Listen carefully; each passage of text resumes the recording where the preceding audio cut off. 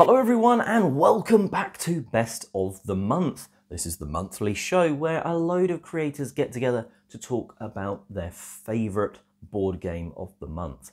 Now, without further ado, let's pass over to the first creator.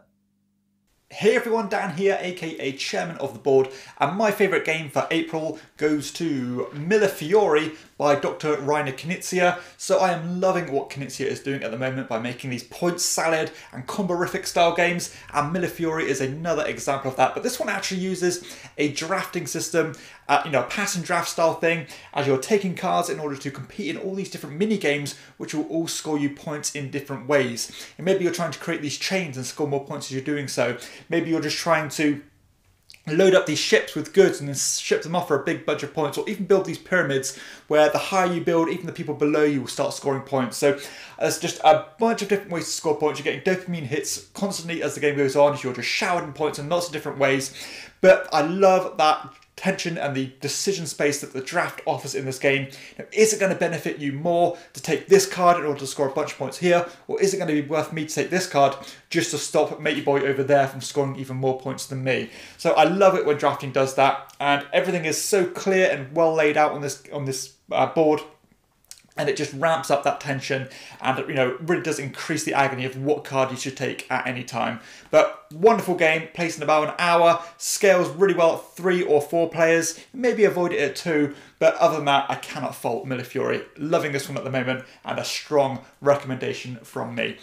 So that's it really. If you don't know who I am, my name is Dan. I'm known as Chairman of the Board. I have my own YouTube channel, and I mainly cover hidden gem style games and Euros, so I'd love it if you could join me over there to view some of my content. But for everyone else, I'll see you next time on Game of the Month. Bye now.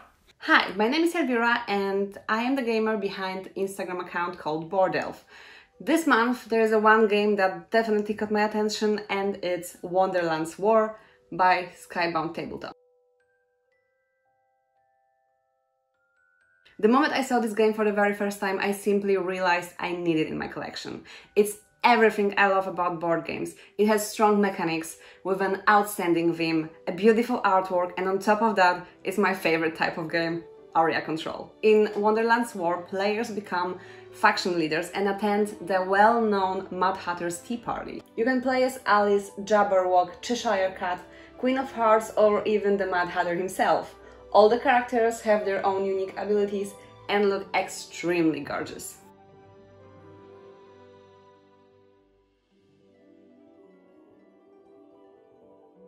The game consists of 3 rounds. Each of them is divided into 2 parts, a tea party phase and a war phase. During the tea party, players go around the table, pick cards, gain supporters, allies, strength and various powers, but have to be careful to not fall into madness.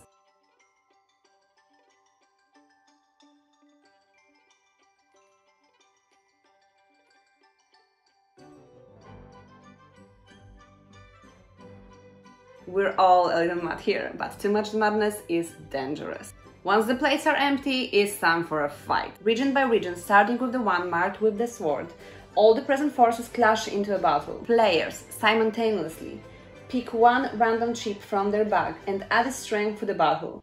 There are madness chips in your bag too, and drawing them causes the loss of units. Once everyone is ready, you simply keep drawing the chips from the bag until you either win the battle by gaining 25 points, bust by using all your units with madness, or hold by simply not drawing a chip and retreating out of the battle. The winner gets victory points and can build a castle in the region, which gives him the advantage of 2 bonus battle points during the next round. Once all battles are solved, it's time for another tea party. There is so much going on in Wonderland's War. The game is dynamic, there are a lot of surprises, but at the same time, for an area control, it's not exactly aggressive. It's definitely the game of the month for me, and I just can't wait to play more of it. Hi, I'm Julian. And I'm Libby. And we are from Box Meeples on YouTube, on Instagram and on Twitter. Today we're talking about our favourite game we have played in April, whether it's new to us or just new as a whole. Mine was a bit of a tricky pick this month. We played Bitoku, which I absolutely loved, and we do have a review if you are interested in that game. But I've actually pipped to the post is Nemesis Lockdown. We played it in our gaming group that we go to most Sundays. It was actually your sort of birthday treat game a friend of us had, and it was just so much fun, so thematic. It was a lot of laughs and jokes throughout. We, all knew it was going to be carnage, so we sort of revelled in it. In Nemesis Lockdown, you and the rest of the crew are trying to escape from an intergalactic facility. You'll be searching all the different rooms to try to find what they are, how they can help you. Is there escape pods that you can activate? You might need the power generators, the computer rooms to help you on your way. You each have a personal mission, which is often kept secret, and it might conflict with some things that other people are trying to do, which makes it very interesting. But the basic thing you're trying to do is not get infected by creatures which have clearly been inspired by the Alien franchise. At one point, I was in one of the rooms with 4 aliens and managed not to die. So it was always going to be a good one. Yeah, I learned a valuable lesson playing Nemesis Lockdown. Don't ever try and punch an alien in the face. I did not survive. You did not. And I wish that I'd picked up the mission card that said player 3 did not survive. As Livy said, it has been my birthday this month, and my birthday's been pretty much coloured by everything Groot. I've completely fallen in love with this game. Initially, I was a little bit intimidated by it. Too many people have said that you can only really enjoy it with more than 2 players, and that's a big uphill struggle having to learn all the factions before you can play it. Now, some of those things are true, but once you learn to play it, it is addictive and mesmerising, and I cannot stop playing it. I think I've played it in the region of 50 times this month, either on the app or in person. And every time I play it, I see something new. Just when you think you've got the hang of a faction, you learn a new facet of playing with them. You learn a new technique. And if you feel you completely exhausted them, there's a whole gamut of different factions you can choose. And because they each play differently, it feels like a different game every time you play it with a different combination of factions. I'm at the moment obsessed with the Wooded Alliance. I'm really getting to grips with their crafty shenanigans. But I'm going to move on to next the Mole faction or the Lizard faction, because we have every single expansion you can get, and the Marauders expansion is coming soon. Yeah, I'm really looking forward to that one, which will make the 2-player experience a little bit better. So that would be fun to try. So my best of the month, I'm not gonna lie, was a bit of a surprise to me. It's Red Rising, and I will do a review to talk through exactly why I ruled this one out originally. But I've really enjoyed Red Rising. This is the collector's edition. It's just got slightly nicer components, but the gameplay is obviously the same between this and the standard. The fact that it's such a simple concept of playing cards and then taking cards is what grabbed me. So in Red Rising, you have your hand of cards, and on a turn, you have quite possibly the hardest choice every turn, because you have to get rid of one of your cards. Now, sometimes you'll have that one card that just doesn't synergize with the rest, but often you start to have cards that are working in pairs. This one will help this one score more. This one's the right color for that one to score more, and so on and so on. But you have to decide. There are 2 actions, but the main one you're going to be taking is to basically deploy one of your cards onto one of the 4 board locations. You then get to do, or you have to do normally, it's deploy action. And normally beneficial, like gaining some helium resource or something. The fun bit is then you get to pick up a card from one of the other locations, including the top of the deck if you really want to risk it. Now, depending on the location, as well as gaining the card, and hopefully that will score you points at the end of the game if you hold on to it. Now, that's also, depending on where you've taken it from, going to give you a special action. It could be rolling the dice if it's the deck to get a random one, or it could be like gain helium, or it could be gain the sovereignty token, which is going to trigger your house's special ability. Now, it's that core concept of, on your turn, you know exactly what you want to do. You want to play a card somewhere to get a good deploy action and put it into a location other than the action you want to take. And then there's bits that really spoil that fun, because you can realise that your opponent really wants some more helium, or maybe they really want to move up on the fleet tracker. So do I want to be putting a good card in that column, in that location? Probably not, because then they get the action they want and a good card. So maybe I put it in one of the others, and then they're going to take a lesser action. There's also ways to basically banish, purge cards from locations. So maybe if I can get a location that my opponent wants, maybe if I can get rid of all the cards from there, they're going to have a bad time. I think this is working much better at lower player counts. I've played it most at 2 now, and I'm really enjoying it. I think 3 would be fine. 4 and 5, I think there's too much going on between your turns in terms of the central market. So I think there'll be too much there, but really have been enjoying this one at 2, especially as the only change is you add 3 neutral cubes to the influence track. That's all you need to do. It slightly changes your scoring if you don't get above 3 in the end. That's it. No other special shenanigans for 2 players. Really enjoyed Red Rising this month. Now on with the next creator. Hello, fans of Don't Be Bored. I'm Jared. I have a Meeple Mentor YouTube channel where we do board game tutorials. We do unboxings, news every other week on what's happening in the industry, and much more. And so I'm happy to be able to participate in today's best game of the month, and we're talking about April here. I have to go with a new game that I played. I know that's not always what we're talking about, but this one I recently played. I just happen to play a lot of new games pretty often, and it's called Arc Nova. I don't have a copy of it because I just played it, and it's my friend's copy that we tried.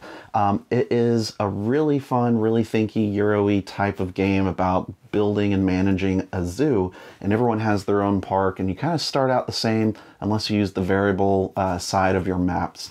And you have action cards, and there's 5 actions and then upgraded versions of those on the other side of the cards. During the game, you can activate any of those 5 actions, but the position of the cards on your board kind of tells you what strength that action can do, and the way that it's described is often how you can spend those kind of action points. And so from 1 to 5, if you activate it at a 5 to take your turn, then you do it at that highest strength, and then move it to the very first, and then slide everything down so it becomes 1. So as this process happens, sometimes you want to try to take some suboptimal actions to build up enough time for another action that you really wanted to do again to get stronger. But there's also kind of like a wild token that you can end up collecting and using, but you can only end up having 5, and you can spend those to just boost the power of an action. But you're able to get cards that allow you to either place animals. You can get sponsor cards, which give you either bonuses or new ways to score points. I had a card that prevented other players from assigning negative, things on me, like snake bites or something like that, if you had a card that says this person's affected with that. But I had played a card early, thankfully, that prevented people from being able to do that to me. And that's just an example of that type of card. There's also a really long board with 5 or 6 cards in the middle of the table. And throughout the game, you can move down a track that allows you to have access to more of those cards, unless you take a single special action to just pull one straight out. But those are cards that you can gain, or you can take the action to just draw off the top of the deck. While there's not a hand limit, there is a hand maximum once a break is triggered, and it's like a little coffee break because there's a little coffee token, and some of the actions you take increase that break track. And once someone has moved that token all the way to the end, then you are forced to drop down to 3 cards, unless you've gotten an ability that lets you go up to 5 cards from round to round. So you might take a look at how many cards people are collecting, and if you're like, oh, I'm just gonna stop them from being able to do a lot of things, I'll try to push the break. The rounds will go round after round. There's not a set number, but what's cool is it's kind of like Rajas of the Ganges, where you have 2 different tracks that sort of go around the board in opposite directions. And so some of the points that you get are one type of point that go clockwise, and then the other is another type of point that goes counterclockwise. There's one that affects income, and there's that earned during that break time as well. So there's a lot of interesting things going on in the game. I highly recommend checking it out. There are some of these polyomos that you can place around your map trying to cover things, but also make enough of not cells, but cages, animal cages or habitats, so that it can be occupied with animals, because you can't play your animal if it doesn't have an available empty habitat. And so there's different sizes that you'd have to end up getting. There's 1, 2, 3, 4, and 5, and then a few unique habitats that you can earn, and then those can store more than one type of animal. So there's a lot going on, but it's a really fun game. I really enjoyed it. If you get a chance to play Ark Nova, I highly recommend it. So that's my recommendation, and I'll see you guys next time. Hey everybody, this is Mark with The Thoughtful Gamer, and this is my first time contributing to this segment. I really appreciate the invitation. I'm here to tell you about my favorite game that I have played in April, and it is Android Netrunner. I love this game. I've loved it for a very, very long time, and if you know anything about Netrunner, you know that it was actually canceled. It's an LCG game that was developed by Fantasy Flight, probably about 10 years ago when it first started, and had a good run, but was unfortunately canceled, I would argue, in its prime. And when it was canceled, I basically stopped playing, and it's always been one of my favorite games. I think the design is absolutely brilliant, but fortunately, a group has sprung up on their own to continue Netrunner. They're called Nisei, spelled Nisei, and they are doing an incredible job continuing the game. I knew some rumblings about what they were doing soon after Fantasy Flight dropped the game, but I didn't expect it to be this good or to be getting this much momentum. I think you're going to start hearing a lot more about Nisei going forward because, again, they're doing such a good job with it. For those who aren't familiar with the game, it is, like I said, an LCG competitive two-player card game in a cyberpunk setting where one side is playing as a corporation, the other side is playing as what's called a runner, which is essentially a hacker. And the corporation is trying to advance agendas, and the hacker is trying to break into the corporation's servers and steal those agendas. And I could talk about this game for a very long time, but some of the dynamics with it are so fascinating. Unlike many two-player competitive card games of this type, it doesn't have a runaway leader problem where once you establish a good board state, it's very difficult for the other side to catch up and surpass your board state, because anytime you're scoring points in Netrunner, you are almost necessarily losing some of your economic or board state advantage. That's just one of the many great innovations of this game. I highly recommend anyone to get into Netrunner because it is so good and it is not going anywhere. I have full confidence that Nisei is going to be continuing the game brilliantly. They've already released 2 entire cycles of cards and are about to release the 3rd, and more in-person Netrunner meetups are springing up, which is super, super exciting.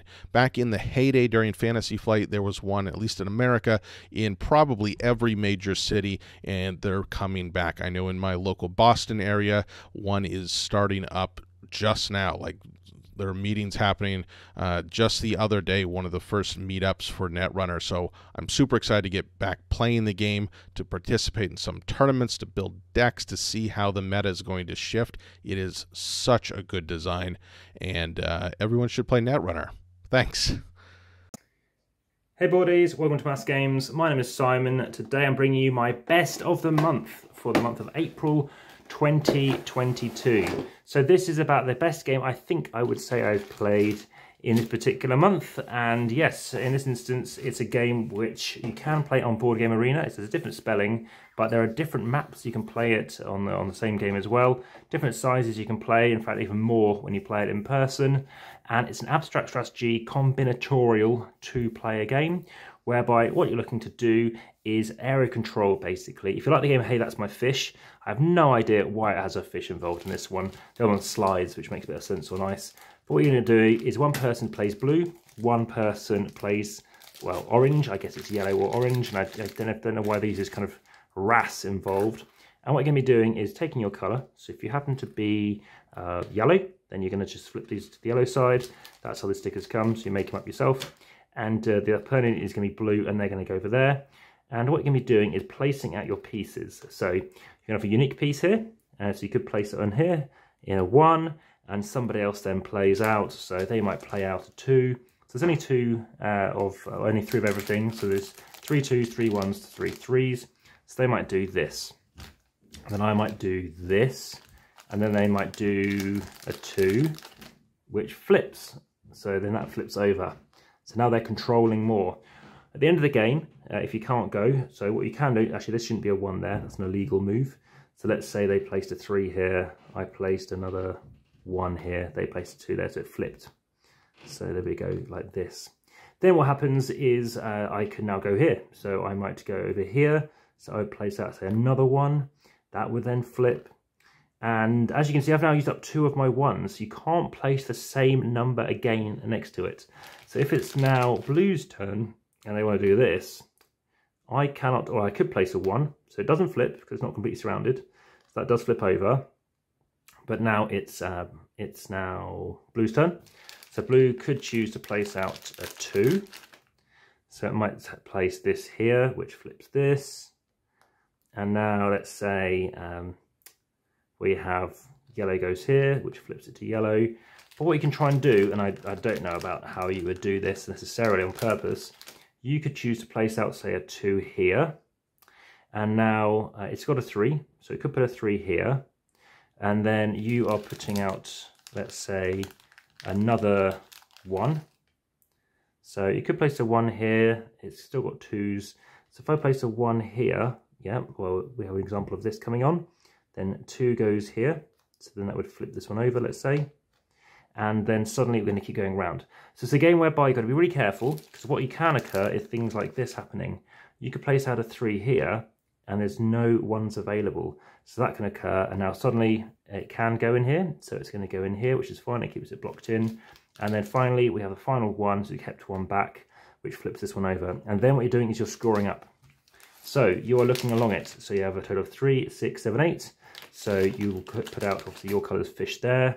You go around all the different ways, and as you can see, yellow has easily dominated, and that's basically how the game progresses.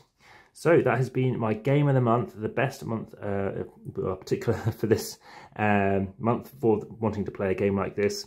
Quick game, it takes under 10 minutes, it doesn't take too long to explain or to set up, and I found it very much of interest. Hopefully we will do too. This has been the game Gorami, and back to the table. Speak to you next month. Hi, it's Barb MeeplePhD, and my favorite play of April 2022 is Mysterium. This is a slightly older game that we got to the table a few times this month. It's a cooperative deduction game where players are trying to solve the mystery of a ghost's death.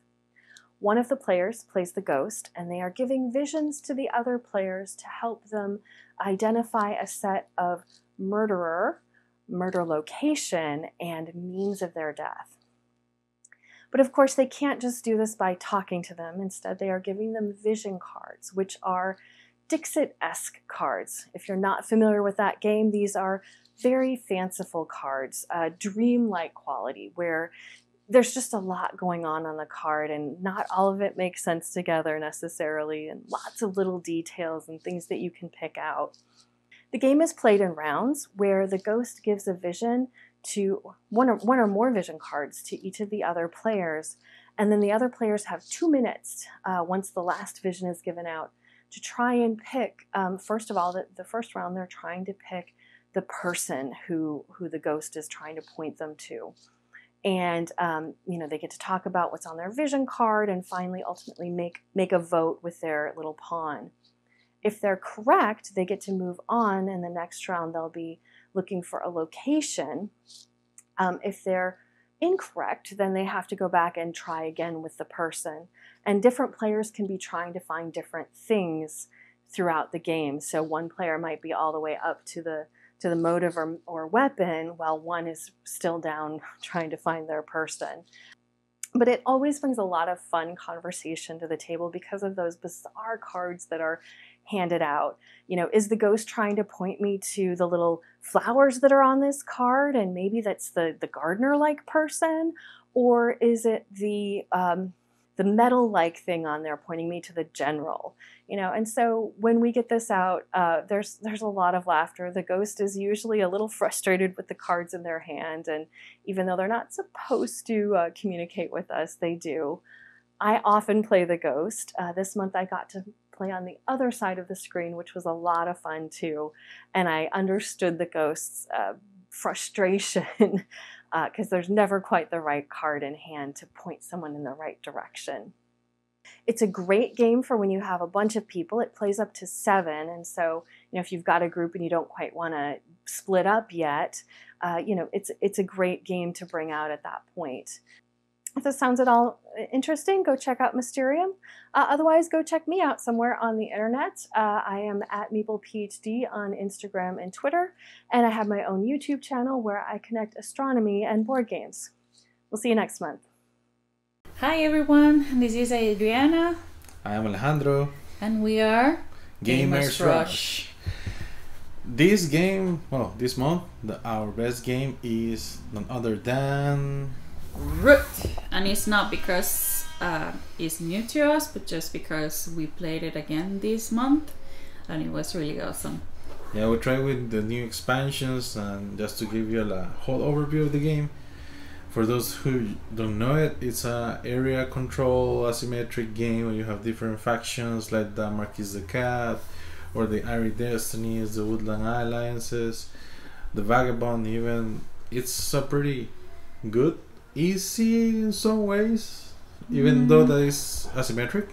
It's really long in duration. Yeah.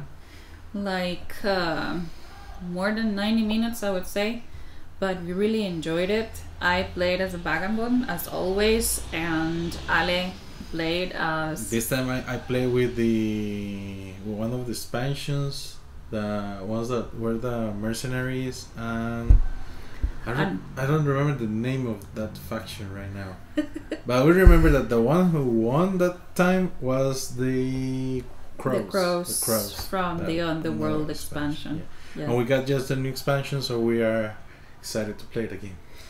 It was really good. Actually, our friend Gabi didn't play this game before, and she played as Marquis the Cat, and she really enjoyed it. So that's our pick of the month. Hope you like it. Thanks so much. And you can follow us in our social media, Gamers Rush, in YouTube, in Facebook, and on Instagram with the same name. Talk you later. Thank you. Bye. Hello and welcome to Best of the Month with me, Adam from Board at Home. My game for Best of the Month is Next Station London. This is a delightful little flip and write game where you are connecting different routes along the London Underground. So this is your game board here. Each player is given one sheet, and then you are each given a coloured pencil which will determine where you start each round. It's played out over 4 rounds, one for each route for each colour, and then at the end you will get your total score. This score will be based on things such as crossing over into as many districts as possible, crossing over the Thames, connecting different routes at various stations, as well as linking up to these special tourist locations that are highlighted with the star around the outside. As a flip and write game, all your actions are determined by cards. You flip them over, that will simply tell you the next station that you will be travelling to with your chosen route. There's also 2 modules as well, common objectives and pencil powers. These 2 can be played together. You can chuck them in together, or you can mix and match these however you so choose. What I really like about this game is that it's very simple and intuitive to play. Setup is almost non-existent. You just open the box and it's pretty much all there. It's bright, it's colourful, rules are easy to follow, and if you're a big fan of route connecting games such as Ticket to Ride, for example, then this will be right up your alley, and you can take this anywhere you want as well. And for a small game, it doesn't lack in strategy. There's a lot of strategy to this when you're drawing out your route, because by the time you get to your last couple of routes, your options are going to be limited as you're filling out the boards. I've not stopped playing it all month. I've not stopped giving demos of this all month, and I'll probably continue playing this next month. It's highly, highly recommended. as I said, if you enjoy things like Ticket to Ride, I can recommend this to you no end. And as I just said there, you can take it anywhere as well. Funnily enough, on the train if you so wish. So that is my best of the month, Next Station London. Thanks again to Ollie and Don't Be Bored for having me on the show, and I look forward to seeing what everyone else has and what you guys are playing as well. Thank you for watching, and we'll see you in the boardroom. And well, there you have it, another month of brilliant games. Certainly some that I want to play, want to get in my collection and all that sort of stuff. Make sure you check out all of the creators involved. Their links will be in the description box below. And also, while you're down there, comment what was your favourite game of the past month. Until next time, have a great month gaming.